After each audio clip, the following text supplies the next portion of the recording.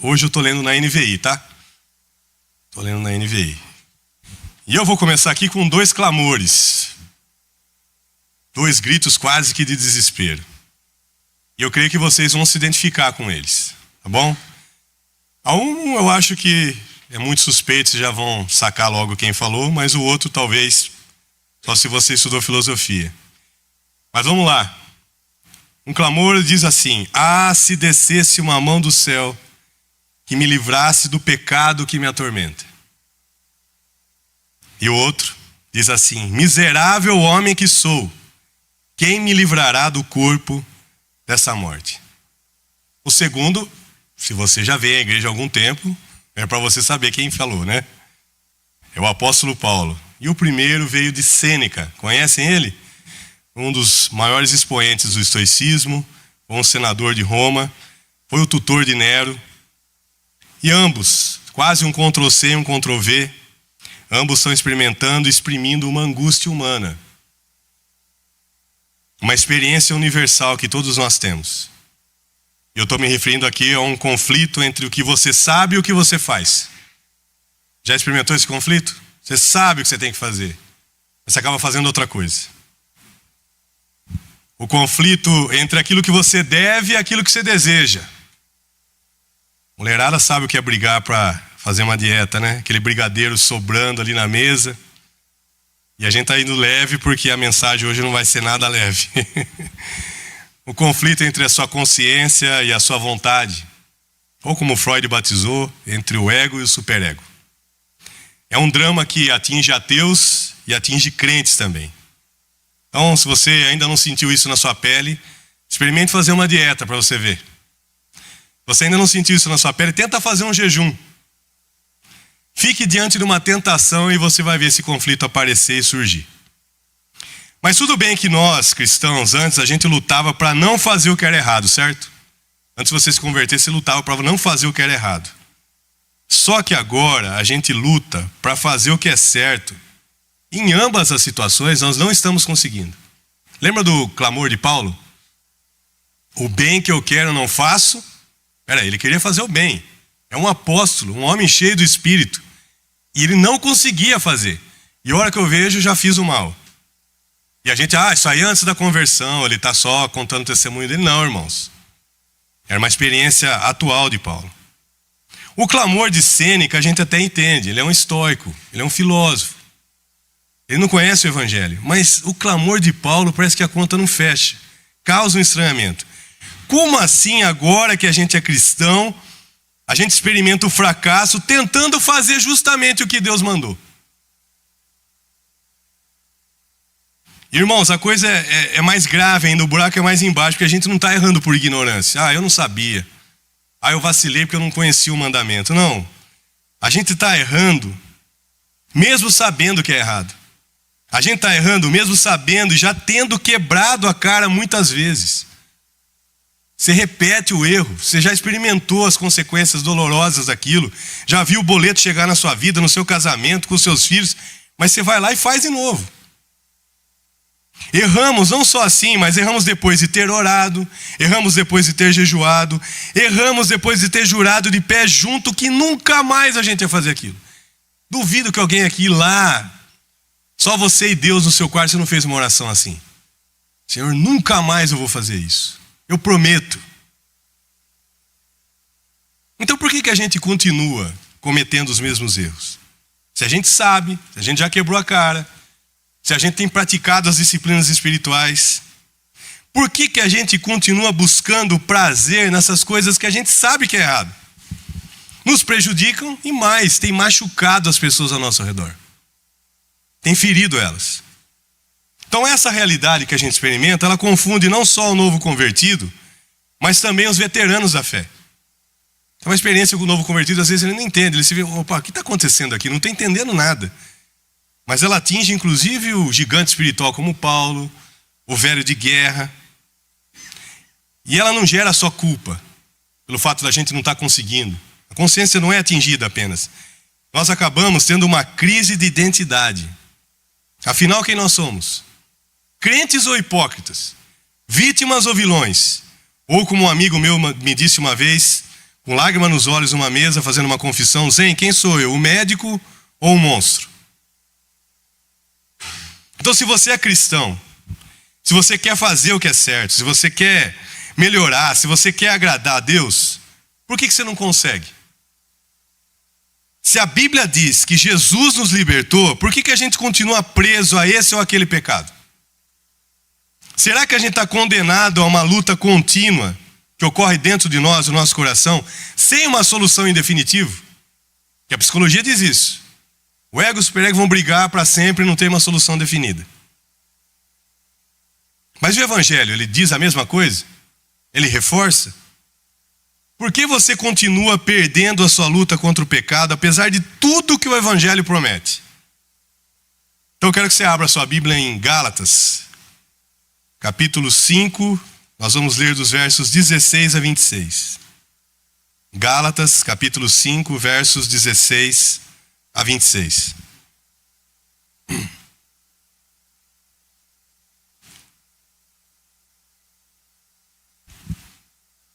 Olha o que diz aqui. Você pode acompanhar no telão, pode acompanhar pela sua Bíblia, pelo seu aplicativo. Gálatas 5,16. Eu sugiro que você leia na NVI, que eu acho que ela captura melhor o sentido de Paulo aqui, inclusive no uso das palavras. Gálatas 5,16 a 26 diz assim: Por isso digo, vivam pelo Espírito, e de modo nenhum satisfarão os desejos da carne. Pois a carne deseja o que é contrário ao Espírito, o Espírito o que é contrário à carne. Eles estão em conflito um com o outro, de modo que vocês não fazem o que desejam. Mas se vocês são guiados pelo Espírito, não estão debaixo da lei. Ora, as obras da carne são manifestas: imoralidade sexual, impureza e libertinagem, idolatria e feitiçaria, ódio, discórdia, ciúmes, ira, egoísmo, dissensões, facções, inveja, embriaguez, orgias e coisas semelhantes. Eu os advirto como antes já os adverti. Aqueles que praticam essas coisas não herdarão o reino de Deus. Mas o fruto do Espírito é amor, alegria, paz, paciência, amabilidade, bondade, fidelidade, mansidão e domínio próprio. Contra essas coisas não há lei. Os que pertencem a Cristo Jesus crucificaram a carne, com as suas paixões e os seus desejos. Se vivemos pelo Espírito, andemos também pelo Espírito. Não sejamos presunçosos, provocando uns aos outros e tendo inveja uns dos outros. Aqui está a resposta do clamor do Sêneca e do clamor do próprio Paulo, que foi dito lá em Romanos 7, 24. Paulo está explicando aqui por que essa luta interior, por que esse conflito existe. Está explicando a natureza dessa guerra e por que ele continua também. Ele está também apresentando meios para a gente monitorar, acompanhar se a gente está saindo bem ou não nessa batalha. Mas principalmente Paulo está oferecendo um caminho das pedras para você experimentar uma vitória que seja real, consistente e contínua. Que você não fique atolado nesse limbo. Você não fique preso a esse pecado que é recorrente. Então eu vou dividir o texto aqui em 3 partes muito simples, para a gente entender bem o que acontece dentro de nós. E o que a gente realmente pode esperar do Evangelho do Senhor Jesus Cristo. Os versos 16 e 18 estão apresentando para nós um conflito. Nós vamos ver um conflito, um contraste e uma conquista. Guarda isso, que isso dá um mapa para você se guiar aqui pelo texto. Vamos para o conflito, versos 16 a 18. Paulo começa logo mandando uma ordem, gente. Vivam pelo Espírito. Isso aqui é mandamento. Mas ele não só manda, ele encoraja a obediência a esse mandamento com uma promessa. E olha que promessa que ele está fazendo aqui. Ele não está vendendo fumaça. Vivam pelo Espírito, e agora vem a promessa. E de modo nenhum satisfarão os desejos da carne. É tudo que a gente queria ouvir, né? Eu acho que quando a igreja começou a ler essa carta, quando chegou para eles, e o pastor está lendo, a igreja começou a glorificar de pé com certeza. Não vou falar que rodopiaram porque é bizarrice, né? Mas calma. Paulo dá um mandamento, eles talvez assustaram, vivam pelo Espírito, peraí, vamos ver como é que a gente está nessa. Faz uma promessa dessas, mas aí ele explica que isso não vai acontecer sem luta. pois a carne deseja o que é contra o espírito e vice-versa. Paulo está corrigindo alguns equívocos aqui que talvez você carregue dentro de você e aquela igreja tinha. Primeiramente, Paulo não começa dizendo, olha, façam isso ou façam aquilo. Ou façam mais isso ou façam mais aquilo. Então ore mais, jejue mais, leia mais a Bíblia. Ele não começa assim. A ordem não foi também não satisfaçam os desejos da carne, aí sim vocês vão viver no espírito. Mas parece que essa é a lógica que a gente segue. Você para de viver em pecado que aí você vai experimentar do espírito. Não é assim? É a lógica nossa. Pelo contrário, ele está dizendo, vivam no espírito. Tragam esse aliado, o Espírito Santo, para a luta. Parem de tentar vencer com suas próprias forças. Sua força de vontade não é páreo para a sua natureza. O segredo, gente, da vida cristã não está na sua obediência, meu irmão. Está na sua dependência. Paulo não está falando que a vitória não é sobre força. É sobre rendição. Sobre entrega. É sobre oferecer o controle a um outro senhor. E aí Paulo prossegue, ele vai esclarecer que esse conflito não é sinal de problema. Irmão, se você tem essa luta em você, você não é um fracassado, não significa que você não é cristão, não é sinal de problema, é sinal de vida. Porque quando o Espírito Santo habita, a carne vai reagir. Ela vai partir, ela vai despertar. Opa, peraí, chegou um intruso aqui. Porque o Espírito Santo veio, mas a velha natureza continua aqui. Então você recebeu uma nova natureza. E elas são incompatíveis, irreconciliáveis. Pior que luta, meu irmão, pior que essa luta que você está tendo é se você não tivesse luta nenhuma. A pior coisa que pode acontecer é você ficar em paz com o seu pecado. Você conseguir olhar no seu espelho e não se assustar. Você conseguir pecar e vir fazer louvor aqui ou pregar a palavra aqui. Aí eu vou falar, você está com um problema sério. Mas se você está lutando, meu irmão, estamos juntos. E por fim, Paulo vai corrigir as expectativas. Ele diz que é preciso lutar. Você não vai ganhar essa batalha deitado em berço esplêndido, meu irmão, maratonando série da Netflix. Você vai ganhar na arena. Mas é lutar com a certeza da vitória. Com esse encorajamento, jamais satisfarão os desejos da carne. A carne ainda é um inimigo, mas ela não domina mais. Ela não precisa mandar em você mais. Então o seu conflito é muito além do que o Freud propõe entre mente e corpo. É entre duas naturezas. A velha natureza e a nova natureza que você recebeu com a sua conversão. Então ele começa abrindo e falando desse conflito, explicando, corrigindo as expectativas, os equívocos. Mas os versos 19 a 23 ele vai propor um contraste. Ele prossegue dizendo que apesar da luta ser interior, os resultados são bem visíveis. E eles apontam quem é que está controlando sua vida, quem que é o Senhor da sua vida. Se é a sua velha natureza ou se é o Espírito Santo. Então o que ele está colocando aqui, as obras da carne e o fruto do Espírito, não é uma lista de vícios e virtudes, como se circulava na época. Ele não está dizendo aqui, olha isso aqui, vocês deixem de fazer isso, e olha essa coisa boa aqui, vocês comecem a fazer isso. Ele está apresentando um retrato de duas vidas. E cada retrato aqui é controlado por um Senhor.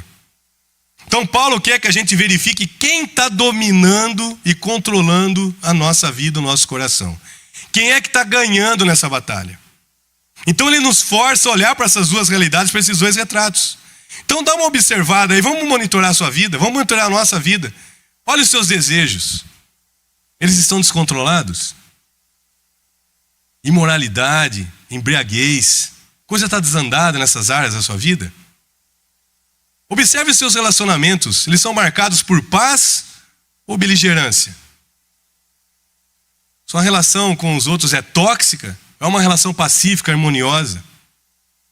Olhe para as suas reações, como é que você responde? Porque a vida só tira o que você tem. Então Paulo está dizendo, gente, olha para esses dois retratos, olha para esses dois espelhos, onde você se reconhece? Olhe para o tipo de pessoa que você está se tornando. Olhe para aquilo que a sua vida está produzindo. O que ela diz sobre quem realmente te controla. E Paulo não está falando aqui se você está com alguma queda ocasional, ele está falando de práticas constantes e sem arrependimento. Agora observe um detalhe interessante que Paulo traz aqui que a gente deixa escapar. Paulo diz fruto, não frutos. E Paulo diz fruto, não obras. Não deixa escapar isso.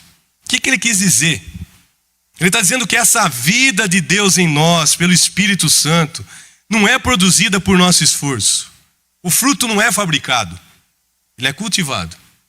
Ele não surge do seu trabalho, do seu esforço, ele surge de uma conexão, como João 15, permaneçam em mim e vocês vão dar muito fruto. É uma conexão que você tem que fazer. Seu desenvolvimento não é só inevitável, irmão, você não tem que fazer força. A laranjeira faz força para produzir laranja, a macieira faz força para produzir maçã.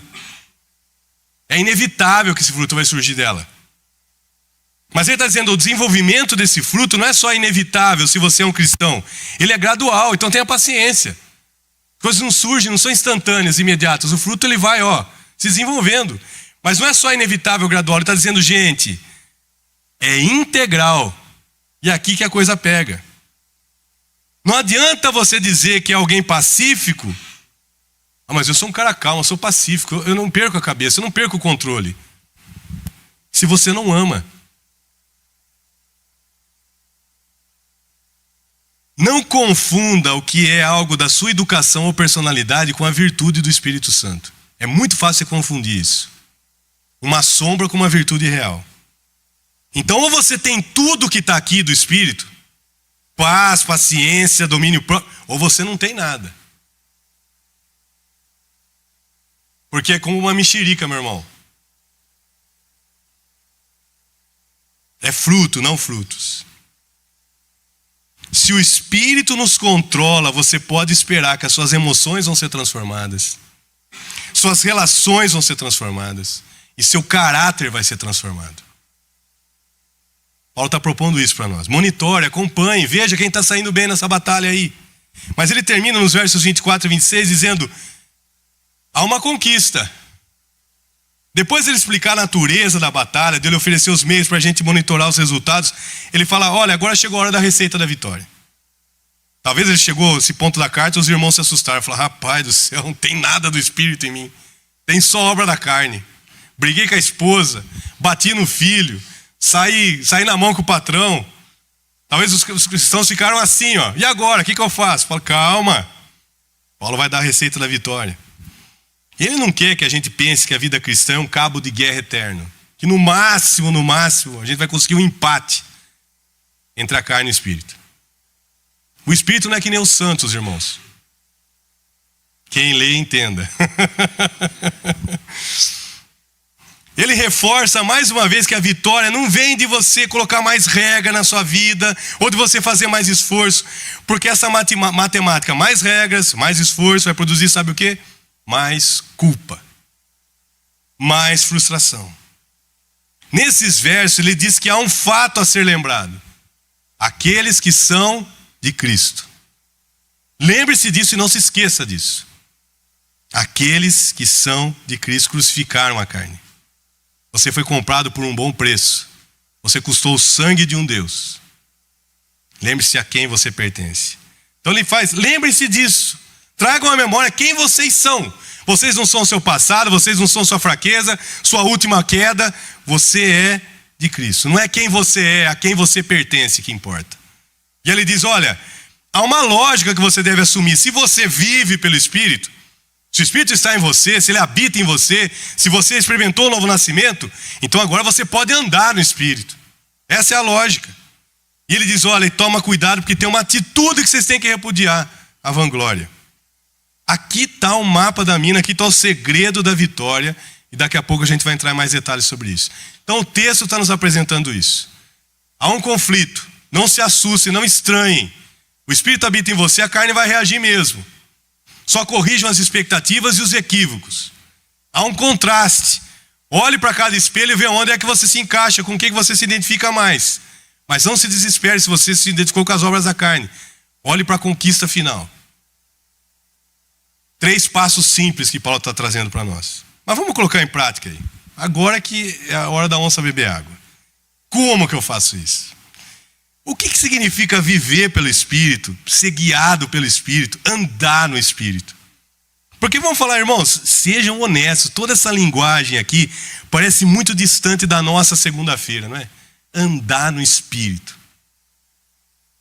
Tá. Paulo, se eu tivesse aqui, Paulo, explique melhor isso. Toma uma notinha de rodapé, Paulo. O que cabe a mim fazer a partir de agora para começar a virar o jogo na minha vida cristã? Porque eu estou cansado de apanhar. Talvez essa seja a sua experiência. Cara, na hora do conflito eu sempre perco. Eu acabo fazendo o que eu não quero. Eu acabo perdendo a cabeça com a esposa. Eu acabo, cara, fugindo para uma bebida. Eu acabo indo vendo coisa na internet que eu não deveria. Eu devia estar buscando em Deus o alívio, a paz, mas eu estou buscando nessas coisas. Eu odeio isso, eu não suporto mais isso. E eu estou aqui numa prisão da vergonha, porque eu vou falar isso aí para alguém. Então você está vivendo talvez isso, emparedado. E se Deus, como a gente ouviu hoje de manhã, e como está apresentado aqui também, se Deus nos deu tudo o que a gente precisa para vencer, como é que eu aplico isso na minha realidade? Então vamos lá, 3 coisas simples. Mortifique diariamente a sua carne, a sua velha natureza, suas inclinações pecaminosas. Mortifique isso e faça isso todo dia, todo santo dia. O problema com a velha natureza só será resolvido mesmo, irmãos, em definitivo, lá na eternidade. Porque a salvação ela tem 3 tempos, né? Você foi salvo da condenação do pecado, ok? Foi salvo da culpa do pecado. Você está sendo salvo do poder do pecado, que aí entra a santificação. A justificação te livrou da condenação. Santificação te livra do poder do pecado. Então você pode falar não para o pecado agora. Às vezes você perde, você ganha, mas a tendência é que você tenha mais altos do que baixos daqui para frente. Mas você será livre da presença do pecado na glorificação. Quando você ressuscitar, é um corpo novo. Então eu falei outro dia brincando que um Uno velho aqui vai se tornar uma Ferrari 12 cilindros. Aí a Priscila falou, rapaz, casei certo, né?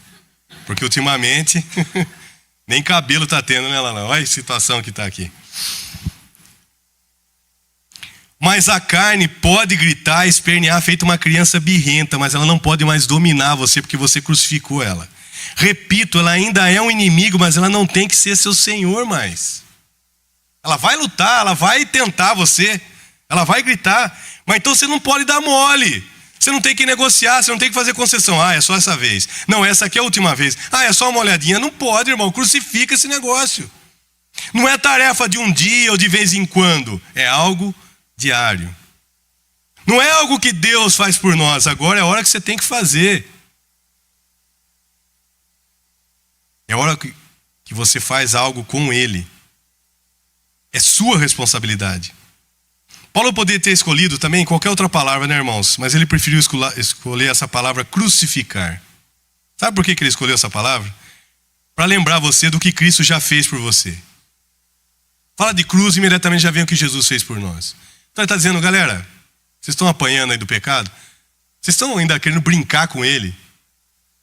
Foi ele que colocou o seu Senhor na cruz. Ele está querendo lembrar daquilo que Cristo já fez por nós e do que ele pede que a gente faça ao segui-lo. Tome a sua cruz e siga-me. Ele está trazendo à memória isso. E está mostrando, olha, se você vai crucificar a carne, pode ter certeza que vai ser doloroso. Não é simples, dói, machuca. Vai ser demorado, porque ela não vai morrer, ela vai ficar gritando lá. Mas é muito eficaz isso. Mortifique diariamente a sua velha natureza. Não demore, não dê sopa. Se guarde da ocasião do pecado. 90% do nosso pecado é ocasião. Então, se a hora que sua mulher vai dormir, você quer ver computador, irmão? É ali que você vai pecar, cara. Você tem um escritorinho que você fica lá vendo bobagem, então agora você traz seu notebook para a sala e fica lá com a sua família. Tem tantas maneiras de você diminuir, limitar o poder da tentação na sua vida. Porque você limitando o poder da tentação, você está limitando o quê? O poder do pecado na sua vida. Fica mais fácil você falar não. Porque às vezes você está tão fragilizado, você tem que tomar alguma atitude radical. Se algum relacionamento está fazendo você pecar, você corta, irmão. Jesus não falou, se a mão direita faz pecar, você faz o quê? Você passa um alquinho nela? Ele mandou, você passa o facão. Então, irmãos, a Bíblia é clara. E as metáforas são fortes, porque o pecado não é brincadeira. Ele nunca vai parar onde ele está. Ah, não estou machucando ninguém está sabendo. Oh, estou conseguindo levar, estou conseguindo trabalhar. Irmão, não pensa desse jeito, porque o pecado ele é anestesia. E ele vai te levando mais longe, mais longe, mais longe. Eu lembro do irmão que falava, você sempre põe na gaveta e esconde, põe na gaveta e fecha, põe na gaveta, até um dia que a gaveta emperra. Aí é tarde. E eu estou falando porque eu sei como é que funciona. Mortifique diariamente a sua velha natureza. Segundo, seja dependente do Espírito Santo. Então, se você já é um cristão, você já vive pelo Espírito. A vida que você tem é do Espírito. O mesmo Espírito que trouxe Jesus de volta dos mortos, esse Espírito tem poder para te tirar de qualquer situação e te fazer vencer qualquer coisa. Toda vez que Paulo fala da ressurreição, ele fala que o Espírito de Deus que trouxe Jesus de volta dos mortos. Ou seja, não tem lugar que você está, não tem fundo do poço, não tem situação que você se enfiou que o Espírito não possa te trazer de volta. Não possa te dar vida. Mas para que isso aconteça, você tem que andar nele. Ou seja, para andar você tem que submeter a direção do Espírito Santo, para onde ele vai levar você, para a inclinação que ele está, o ritmo do Espírito. Você não tem que correr, você tem que andar. O poder do Espírito, você tem que estar conectado a esse poder, a essa fonte. Você tem que permanecer nele, andar no Espírito é permanecer.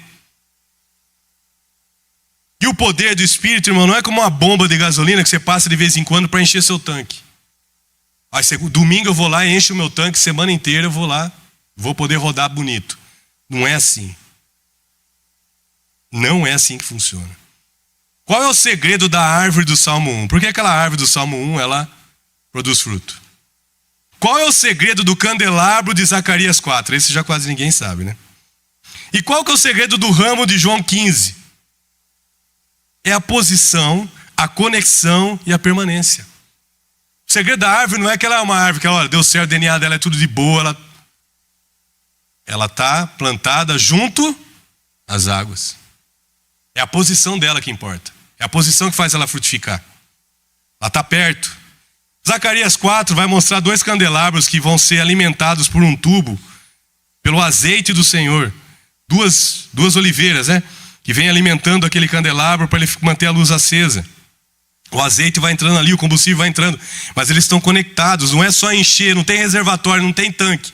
Eles têm que permanecer conectados se quiser que o fogo continue. Não há tanque de combustível na vida cristã. E o ramo a gente já sabe, Jesus já falou, se vocês permanecerem em mim, vocês vão produzir fruto. Então Paulo está dizendo assim, depender do Espírito significa que a força não vem da oração e do jejum. Não confunda a correnteza com fonte. Jejum e oração é correnteza. O poder vem do Espírito, ele é a fonte. Então, repito, não é sobre seu esforço, irmão. É sobre sua entrega, é sobre sua rendição, é sobre sua dependência. Não é você suprimindo desejos, é você substituindo desejos. Você não está falando não para a carne, você está falando sim para o Espírito. E a partir do momento o Espírito começa a redirecionar a sua vida, seus afetos para as coisas que importam. E não se esqueça, não se iluda, andar implica progressão, não perfeição. É progresso, e não perfeição é só no céu, irmão. Mas você vai ter progresso, você vai avançar.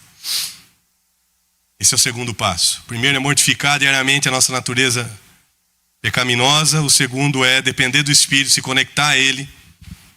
Manter nossa posição, nossa conexão e nossa permanência.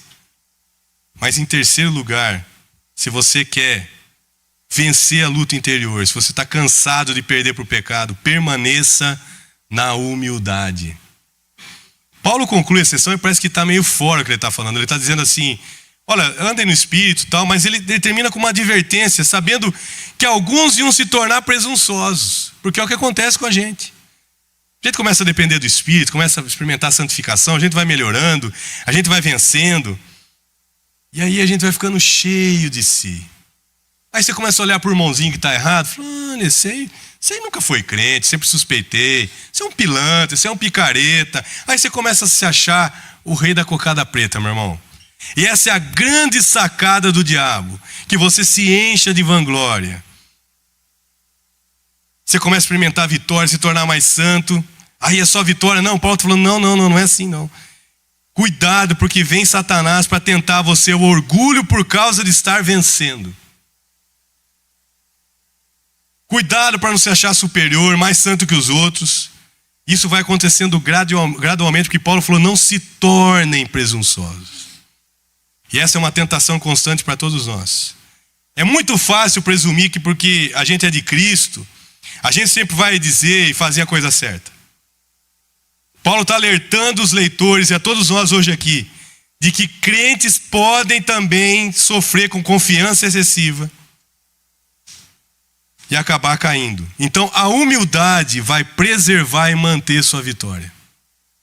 Se mantenham humildes, com a consciência de que nada são, de que são indignos, de que são não só incapazes, mas indispostos. Porque é a humildade que vai manter a sua conexão com o nosso Deus. O orgulho é prefácio de queda. E a humildade é o segredo para andar em vitória. Os 3 passos: mortifique a velha natureza, dependa do Espírito. E acima de tudo, mantenha a humildade. Então, irmãos, não se iludam. Sem luta você não vai vencer. É luta, cara.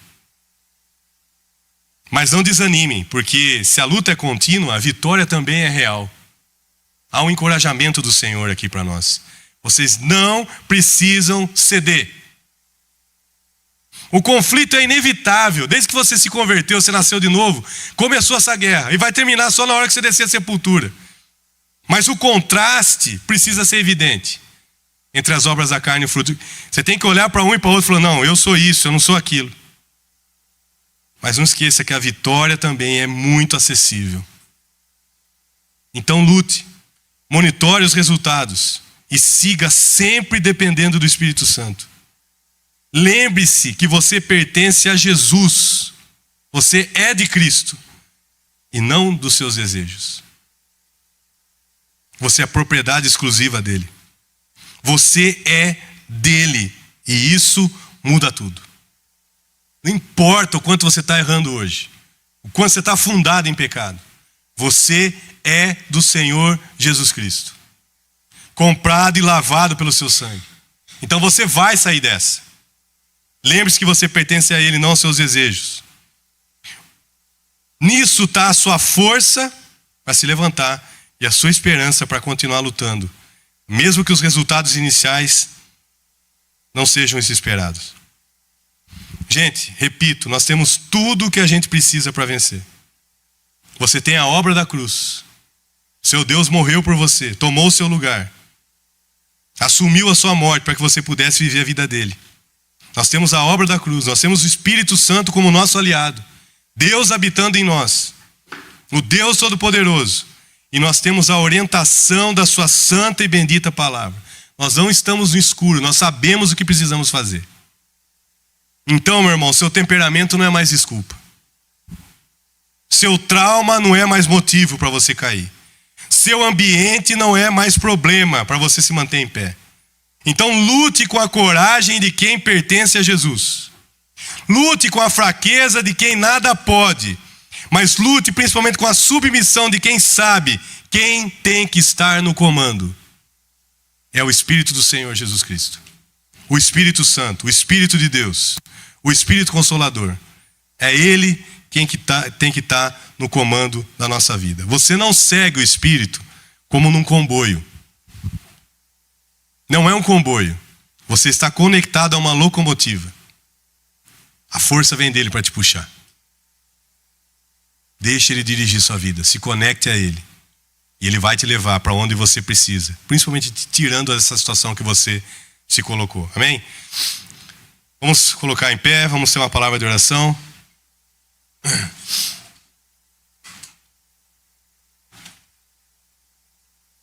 Você que é membro da igreja, todo domingo você vê as postagens, os pedidos e agradecimentos lá. Você acompanha nossos irmãos na intercessão aqui. Então você vai ter uma tarefa. Acho que você já faz isso, mas se você não faz, adote essa disciplina, esse costume. Printe aqueles pedidos de oração, joga num grupo que tem só você ou você e sua mulher. E você durante a semana você revisita e vai orando e vai orando.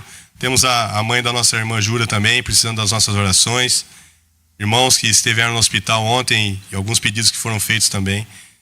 Vamos orar uns pelos outros, para que o Senhor nos ajude, amém? Pai, quero te agradecer pela revelação da Tua Palavra, pelo aquilo que o Senhor já falou conosco pela manhã, por aquilo que o Senhor tem falado conosco agora à noite. Que nós não deixemos essa palavra cair no esquecimento, Senhor. Nós não tenhamos resistência interior quanto a essa palavra. Às vezes a palavra é dura, mas é necessária, porque é libertadora, é abençoadora. Muitos filhos teus aqui sofrendo, não conseguindo vencer, não sabendo mais o que fazer, a quem recorrer. Muitos já desistiram, se tornaram cínicos, se entregaram mesmo ao pecado. Outros estão confusos, pensando se eles são de fato crentes ou se o evangelho funciona de verdade mesmo. Senhor, que essa palavra de hoje oriente a todos nós, traga a nossa consciência de que o conflito não é um sinal de fracasso, é sinal de vida. Teu Espírito habita em nós agora. O conflito é esperado. Nos ajuda, Pai, a olharmos para a nossa vida, o tipo de pessoa que a gente tem se tornado. Depois de alguns anos de conversão, a gente melhorou ou não? Para que a gente não se auto-engane, Senhor. Mas que a gente possa também não se desesperar e olhar, talvez, uma obra que ainda é pequena no nosso coração, mas que já começou. E o Senhor diz na Tua palavra que o Senhor não para aquilo que o Senhor começa. O Senhor vai completar essa obra. Traz libertação para o Teu povo, Senhor. Nos ajuda a entender que a conquista, ela é possível. É possível andar em vitória, é possível andar em triunfo. Nós podemos crucificar a nossa carne. Nós não precisamos ceder a ela, negociar com ela. Nós podemos falar não com autoridade. Porque nós temos o aliado, o Teu Espírito do nosso lado, em nós. Nos ajuda a depender dEle, a nos conectar com Ele, a permanecer nele. E nos ajuda, Senhor, a andar em humildade diante do Senhor, reconhecendo que nós somos piores do que a gente imagina, mas ainda assim muito mais amados do que nós poderíamos sequer esperar. Que esse equilíbrio nos traga humildade ao coração. Não traga nem derrotismo e jamais arrogância, mas traga humildade verdadeira, para que a gente possa manter e preservar a nossa vitória. Senhor, abençoa a Tua igreja, despede-nos em paz, guarda-nos à volta aos nossos lares. Sê conosco durante a semana, nos ajuda a experimentar a vitória que o Senhor prometeu hoje aqui. Nós oramos em nome de Jesus, nosso amado Salvador. Amém.